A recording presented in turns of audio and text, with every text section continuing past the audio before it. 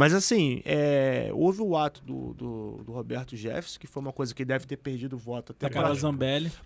Zambelli bem no laço, antes, cara. no laço. E isso aí, a população até já aqui no Rio, você pega um Uber, você conversa, às vezes para ouvir sempre o que as pessoas têm a dizer ali sobre isso.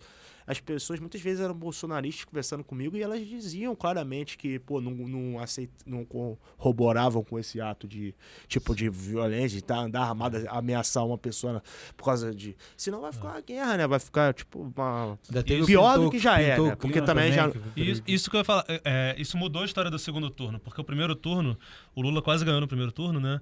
Sim. Mas também foi uma espécie de derrota, né? Porque as pessoas estavam esperando que ele fosse ganhar no primeiro turno. Aí amenizava, ó, já acabou. Tipo, o Cláudio Castro, o Fantástico, até me permite só essa colocação, o Fantástico fez uma matéria falando sobre os servidores fantasmas, que ele jogaria propositalmente pro segundo turno, na semana do segundo turno, e quando ela caiu, não reverberou nada. Cara, foi no mesmo dia, né? Não, ela botou na outra semana, agora, semana passada, a galera nem falou, o cara saiu correndo, lembra quando os caras saíram correndo? Pô, você, servidor, o cara correndo. Foi na Leão 13. Sim, na Leão 13. Então, o funcionário tava ali, de um deputado, claramente, que deveria estar trabalhando, e o cara tava ganhando, e tava na academia, e o outro tava caminhando. E aí, pô, essa jogada aí.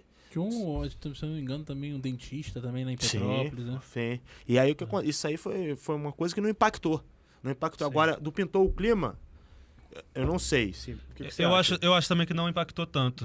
As pessoas sentiram, mas... Exato. Conseguiram reverter. E muita gente tem essa impactada. Reverteu, falou que ele costumava dizer isso. Não, tudo assim, pintou um clima de churrasco, então vamos fazer churrasco. Então era isso que, pelo menos... Porque muitas vezes, o que acontece nas narrativas, que é muito falado hoje na política, estudado pelos magos hoje do marketing político, né? É o que acontece, você também não dá pra brigar com a imagem. Não. Quando você vê a Zambelli andando com uma arma, aí como é que você vai defender isso? Agora, por exemplo, até essa daí do Bolsonaro, o cara já jogou, mas ele não quis dizer isso e tal, mas não falou. Agora, quando o cara tá fazendo ação, tipo, o cara sai preso, algemado, e o cara filma, é difícil você reverter isso na tua memória. Mas o mais engraçado... Mas o mais engraçado da Carla Zambelli é que até pouco tempo atrás ela era contra o Bolsonaro, né? Ela era do Fêmen. Sim. Ela já teve um histórico, uma trajetória, né? Sim. Mas sempre foi teleco-teco. O Fêmen sempre teve uma característica extremista que não era muito opositora a um extremismo de direita também, não. Tanto que a Sarah Winter também era do Fêmen. Mesmo caso. Bela análise mesmo. A Sarah Winter, nem sei, ela já tá presa, ela foi presa, não? Ela atacou, né? O STF uma vez, não teve? Atacou um monte de gente. É o caso do... complicado. Extremismo é complicado pro eleitor, ainda não tá... Apesar de alguns países aí pelo mundo tá votando diretamente na extrema-direita, né? Mas o eleitor, no geral, brasileiro, ele não compra ainda. Né? Mas o que eu queria falar é o seguinte, o segundo turno meio que mudou essa percepção. Por exemplo, a extrema-direita fala dos costumes e a esquerda fala da economia. No segundo turno mudou, porque o Bolsonaro colocou tanta grana não só no auxílio, mas no empréstimo consignado da Caixa, botou tanto dinheiro. Esse empréstimo consignado da Isso foi uma expertise dele, mas com o dinheiro nosso. Mas eu acho que esse lance do consignado da Caixa eu acho que pra mim foi um tiro no pé pra ele, porque ele falou do consignado e ao mesmo tempo, no dia seguinte, tava embarreirando o consignado. Tá ligado? Entendi. Então o pessoal não conseguia tirar o consignado. Teve filas nos bancos e o pessoal foi tudo barreirado de fazer. Pô, desculpa, assim, o cara ganha aqueles R$600 ali.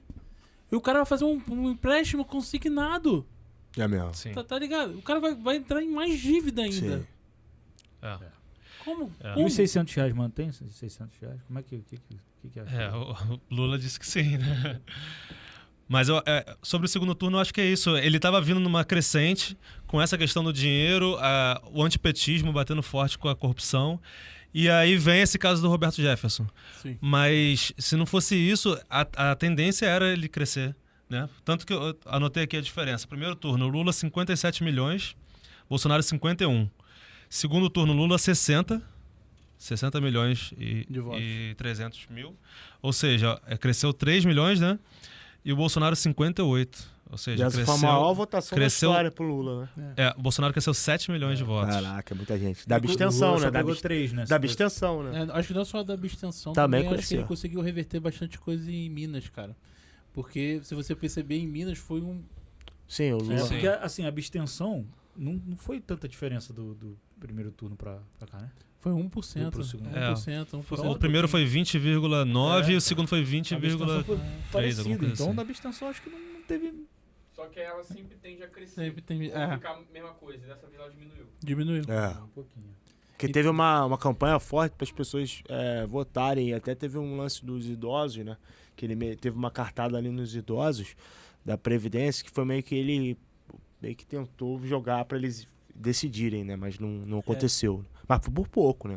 Se você for analisar pelos dados que o William citou. É muito pouco, a diferença é muito pouco. Acho que em Minas o Lula ganhou por 0,0 alguma coisa, cara.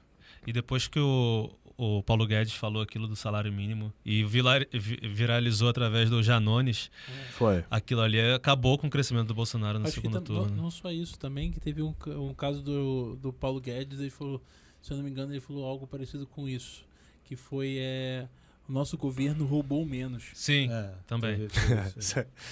Essa aí foi fake news, não. Foi ato falho. Ele consertou logo depois, mas já falou, tá falando. Não, mas eu acho que assim, o que prejudicou mesmo, cara, foi o jeito do Bolsonaro pra pandemia. Acho que se ele tivesse tratado o negócio com seriedade, ele ganhava a eleição, né?